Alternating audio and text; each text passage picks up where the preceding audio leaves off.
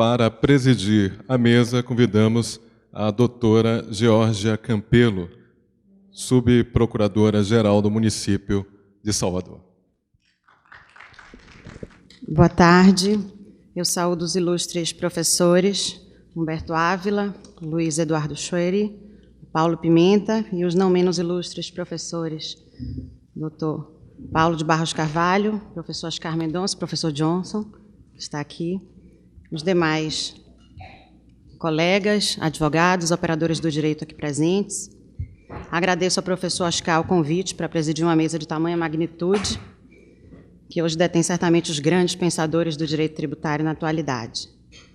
Congratulo ainda o professor Oscar Mendonça pelo evento, por trazer à nossa cidade grandes temas acerca da tributação, que é o instrumento mais importante por meio do qual o sistema político põe em prática uma determinada concepção de justiça econômica ou distributiva, e por essa razão gera debates tão apaixonados. Assim, para tratar do tema A Guerra Fiscal, efeitos da decisão do STF, novos benefícios dados posteriormente pelos Estados, eu passo a palavra ao professor Humberto Ávila.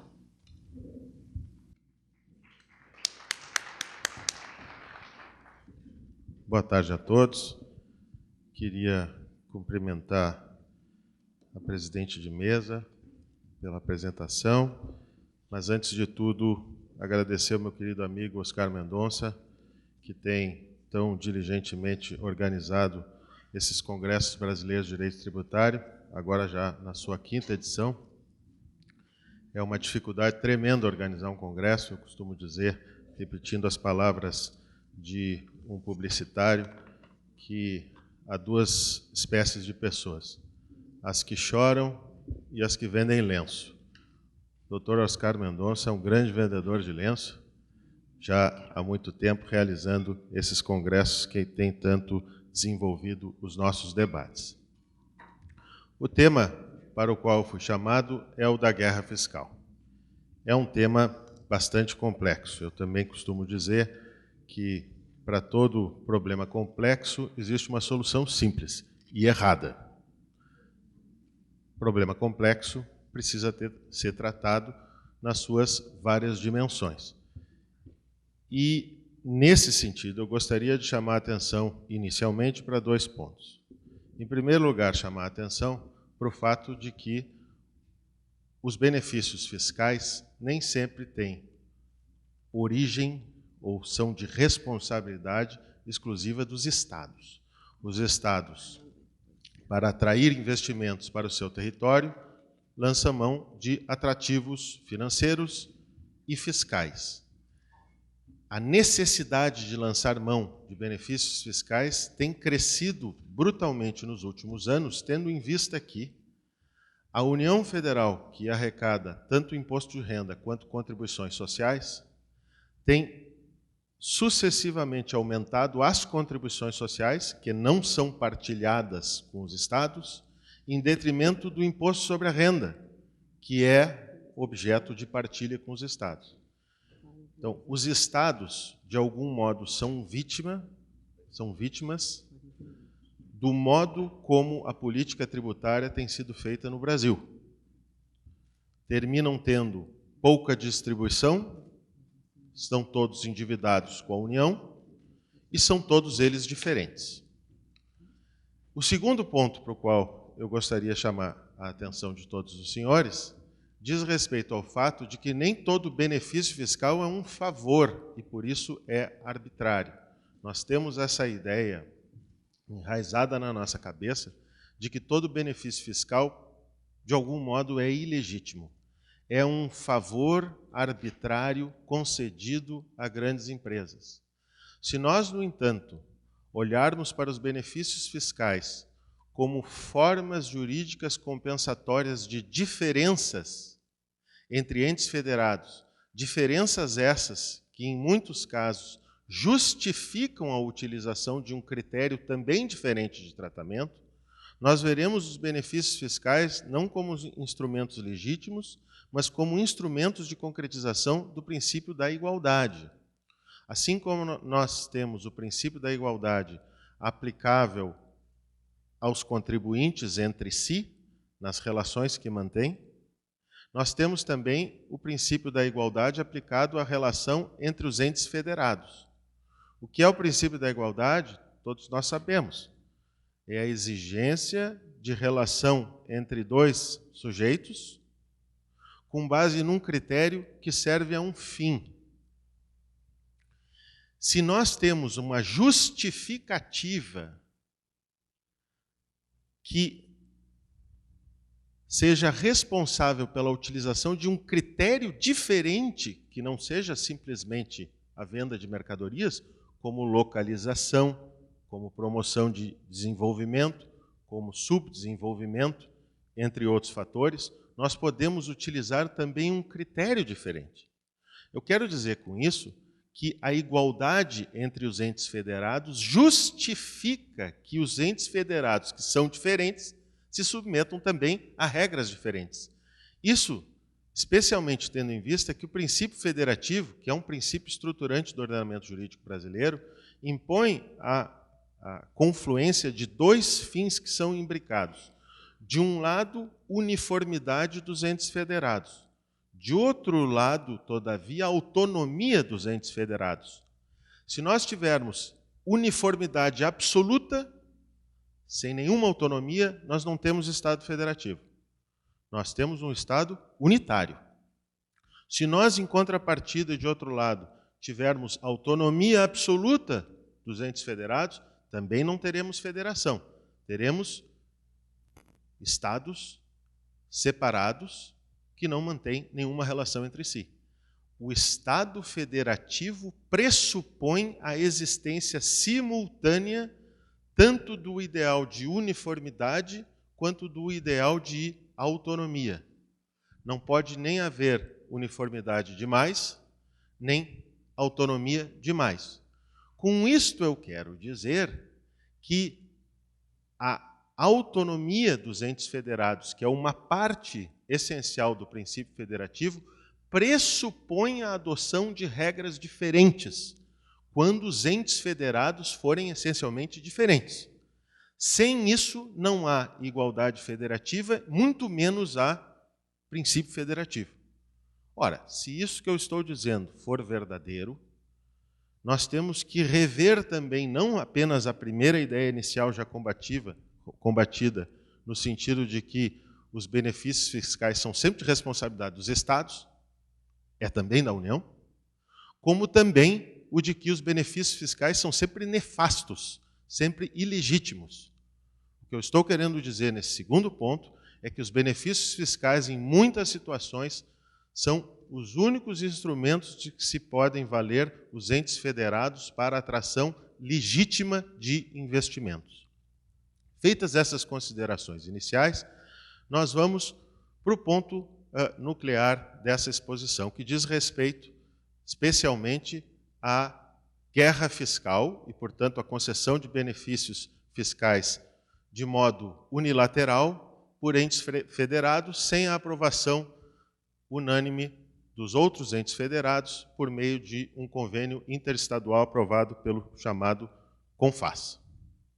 O Supremo Tribunal Federal já tem várias decisões proferidas em controle concentrado de constitucionalidade, no sentido de que a concessão unilateral de benefício fiscal sem previsão em convênio é inconstitucional. Há, em razão desses precedentes, todos no mesmo sentido, a proposta de uma súmula de número 69 e que diz exatamente isso que eu acabei de dizer. Quando há benefício fiscal concedido sem convênio, ele é inconstitucional. A grande questão está em saber o seguinte. Em primeiro lugar, seria caso de súmula? Em segundo lugar, se o benefício fiscal é inconstitucional, necessariamente todos os seus efeitos são inconstitucionais? Nesse aspecto, eu faria uma grande diferenciação inicial. O Supremo Tribunal Federal, nas suas decisões, e isso não é recente, já faz mais de 10 anos, tem feito uma dissociação entre a decisão e os efeitos da decisão. Nós sabemos que a regra geral é no sentido de que, uma vez declarado um ato normativo incompatível com a Constituição, a eficácia da decisão do Supremo é declaratória e, por isso, produz efeitos desde o início da ação. Então, se costuma dizer, não tão rigorosamente, que as decisões do Supremo têm eficácia retroativa. Retroagem ao momento em que o ato normativo inquinado de inconstitucional foi produzido. Essa é a regra geral. Todavia, há casos, que inclusive serão tratados pelo eminente professor Luiz Eduardo Schueri, em que o Supremo Tribunal Federal, embora adote a decisão no sentido de que o ato normativo inquinado de inconstitucional realmente é incompatível com a Constituição, deixa de emitir uma decisão que produz efeitos relativamente ao passado, mudando esses efeitos para o momento em que a decisão é proferida ou para um momento posterior. O que fez o Supremo? Incorporou determinadas técnicas de decisão desenvolvidas ao longo de 60 anos pelo Tribunal Constitucional Alemão. E dentre essas técnicas existe a declaração de incompatibilidade e o apelo ao legislador.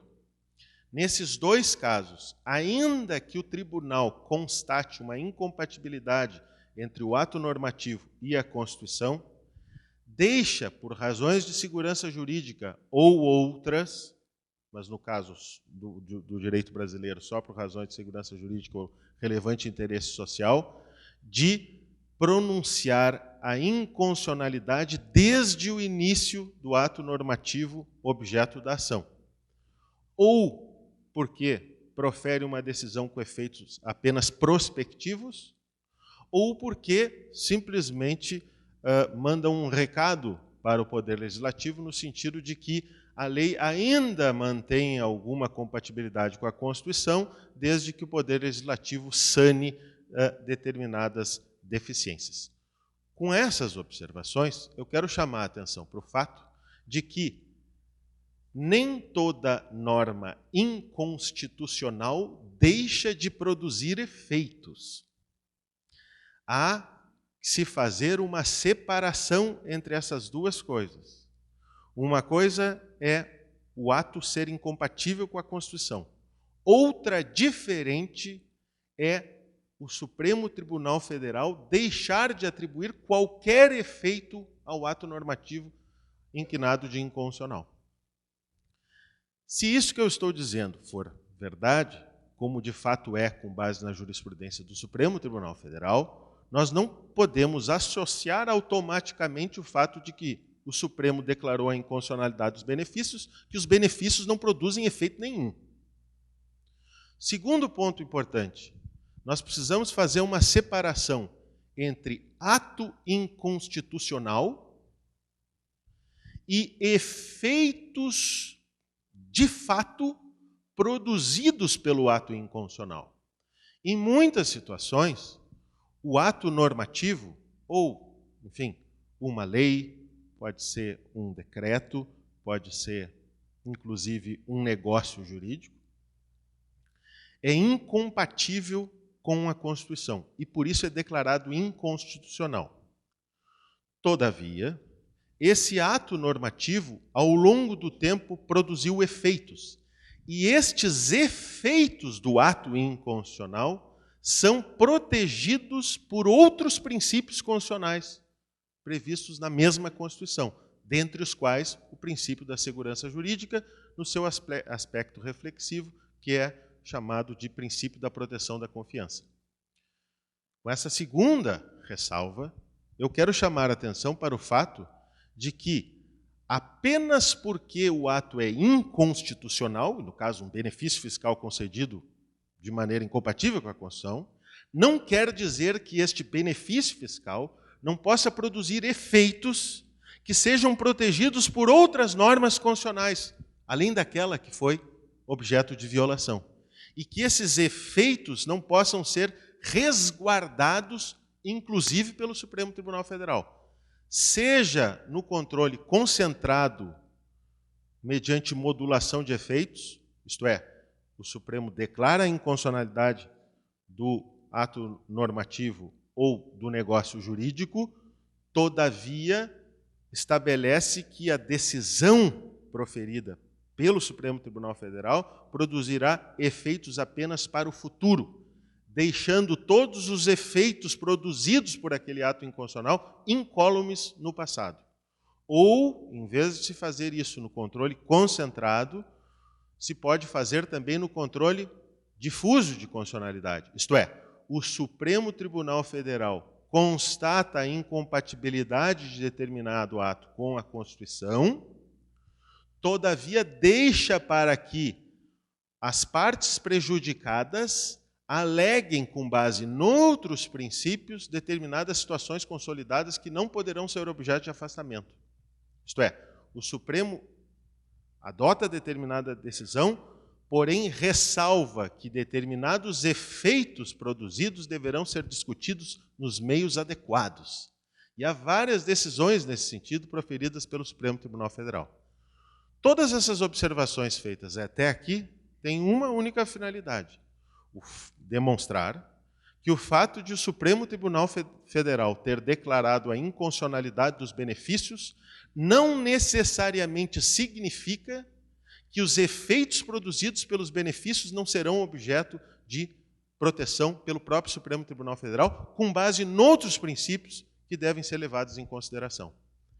Um ato inconstitucional não necessariamente significa que os efeitos que ele produz são de imediato afastados do ordenamento jurídico, seja pelas novas técnicas adotadas pelo Supremo Tribunal Federal, seja pelas velhas técnicas adotadas pelo mesmo tribunal que, com base no princípio da segurança jurídica, vem desde a década de 50, preservando determinadas situações, qualificadas como situações consolidadas de fato, ainda que essas situações consolidadas de fato tenham sido originadas por atos inconstitucionais. Não tenho, portanto, nenhum receio de que o Supremo Tribunal Federal, se adequadamente provocado, irá resguardar os efeitos produzidos por benefícios fiscais eventualmente inconstitucionais. O título da palestra, que foi proposta pelo professor Oscar Mendonça, faz referência aos novos benefícios que sejam concedidos após as decisões do Supremo Tribunal Federal. Aqui nós temos um ingrediente novo que precisa ser destacado e só pode ser bem analisado se nós considerarmos o princípio da segurança jurídica.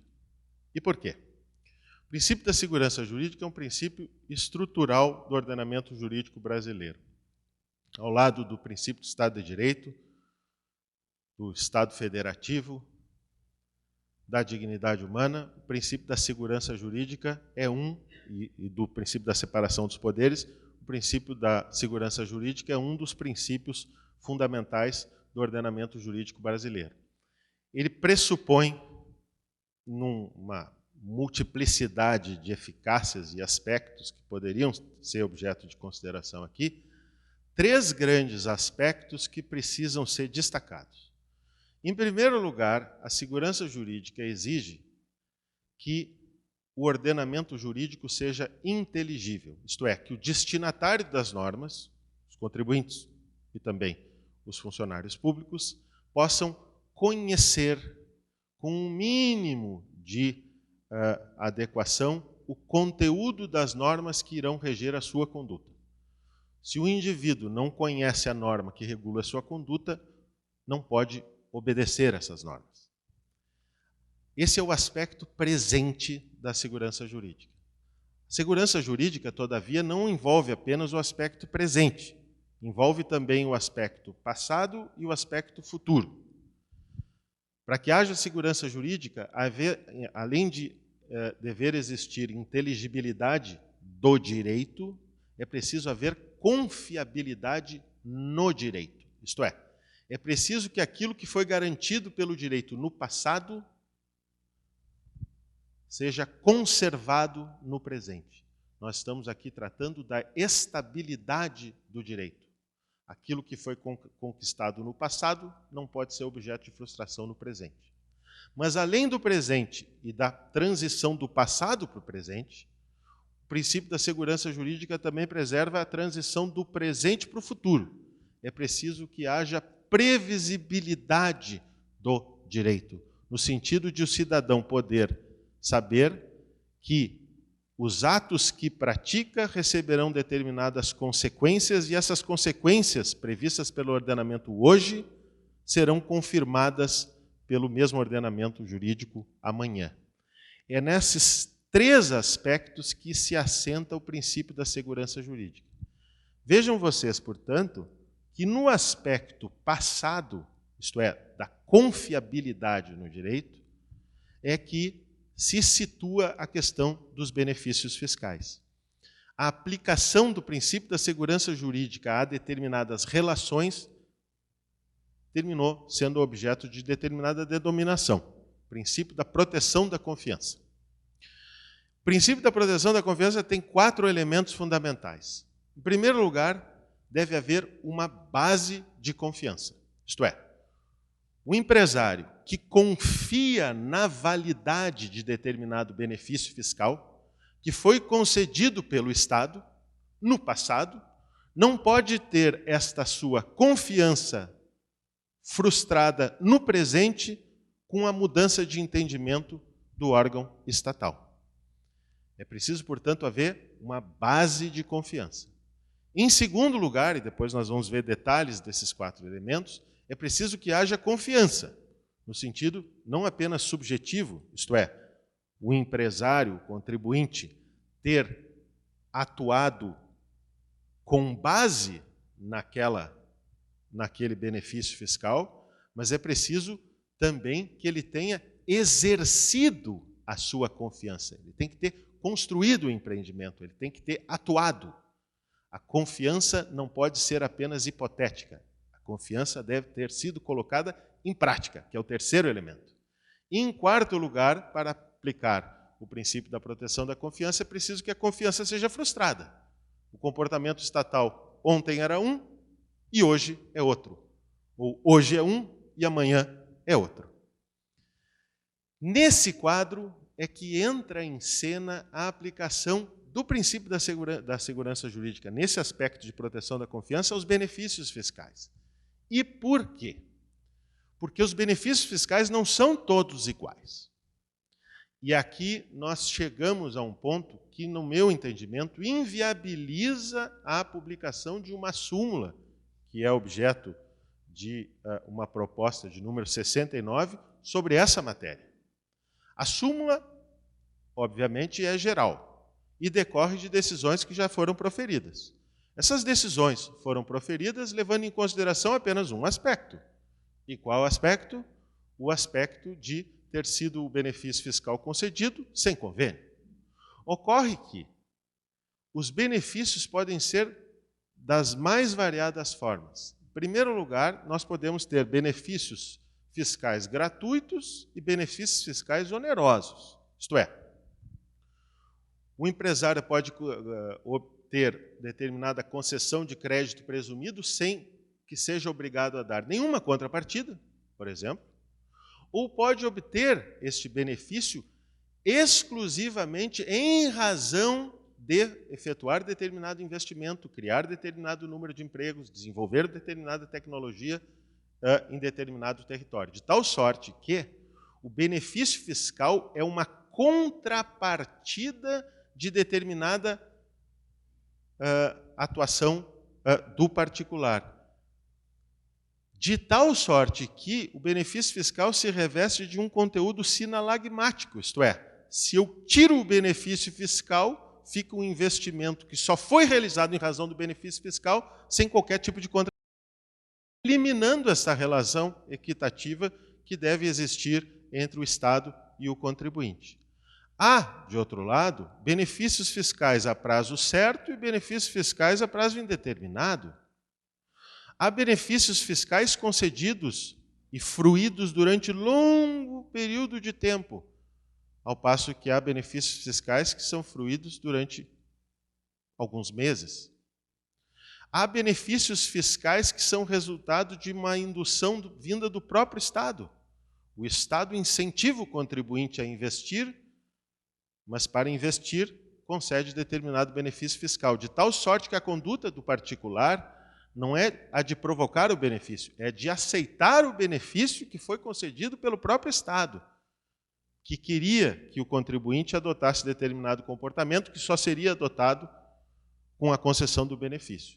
Com essas observações, eu quero chamar a atenção para o fato de que, mesmo que nós consideremos, como tem sido objeto de consideração pelo Supremo Tribunal Federal, os benefícios fiscais concedidos sem convênio, contrários à Constituição, ainda assim nós temos que sopesar determinados elementos que não podem ser negligenciados.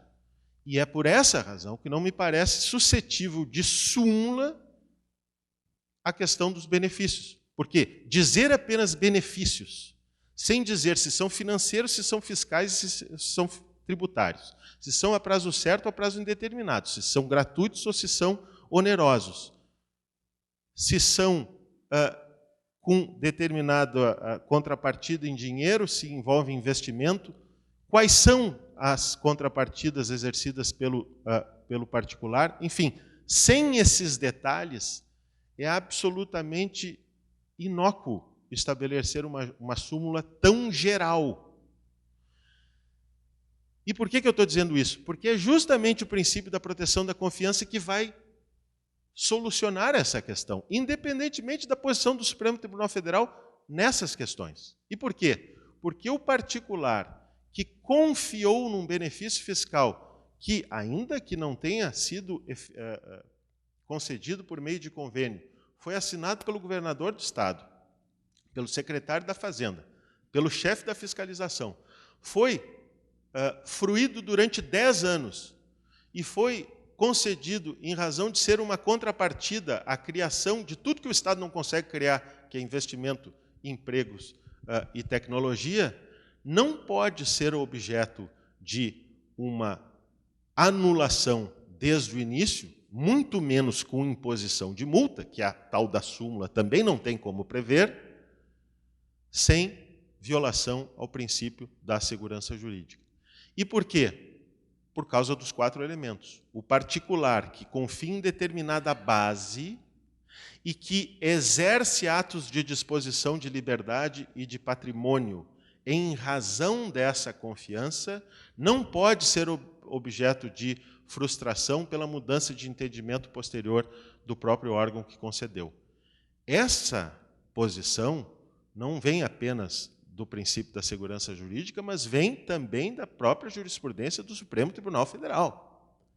E aí todos vocês devem estar perguntando, bom, mas como pode um benefício concedido ao arrepio da Constituição gerar efeitos? E esta talvez seja a questão crucial. O próprio Supremo Tribunal Federal tem várias decisões, antigas inclusive, baseadas na segurança jurídica, às vezes com essa qualificação e às vezes com uma qualificação mais antiga de situações consolidadas, decisões essas que preservam situações ocorridas no passado contra a Constituição, mantendo todos os seus efeitos. Darei alguns exemplos. Concursos, exercício da função pública por determinado funcionário, qualificado funcionário de fato, que exerce durante longo período determinada função, sem, todavia, ter ingressado na carreira pública mediante concurso. Existe uma regra constitucional de acordo com a qual só se pode ingressar na carreira pública mediante concurso. Pois o Supremo Tribunal Federal, adotando a teoria da situação consolidada e do funcionário de fato, em várias situações, não apenas antigas dos funcionários de fato, como recentes em concursos públicos para infraero, por exemplo, de denominada ascensão vertical sem concurso público, resolveu, por razões de segurança jurídica, manter os funcionários e o processo seletivo, apesar da violação da Constituição, com base na segurança jurídica. De outro lado, é verdade também que há muitos benefícios fiscais que são concedidos de maneira intencionalmente contrária à Constituição. E aí surge a pergunta, será que existe situação consolidada quando esta situação se originou de uma má-fé subjetiva? daquele que praticou determinado ato. A jurisprudência do Supremo, embora diminuta, também preserva determinadas situações quando o elemento tempo, o elemento irreversibilidade e o elemento liberdade e patrimônio estão presentes. Exemplo, a adoção pelo avô do neto, para que se tornasse, portanto, filho, para que ele pudesse gozar da sua pensão, que só seria transferida ao filho, mas não ao neto. Particularidade, um pouco antes de falecer, foi feita essa adoção, já no hospital, quando o avô estava vitimado de câncer. A ministra Ellen Grace, na ocasião, disse: trata-se de autêntica simulação. E simulação não gera, em hipótese alguma, situação objeto de proteção pelo princípio da segurança jurídica. No entanto, a maioria do Supremo Tribunal Federal considerou que, passados 18 anos, não se poderia, muito menos de maneira unilateral, sem o devido processo legal, cancelar uma pensão, tendo em vista que, mesmo concedida de forma irregular e mesmo concedida de forma até mesmo fraudulenta, o tempo foi tão grande que terminou consolidando uma situação de fato que gerou nas partes envolvidas a ideia de que aquilo era regular.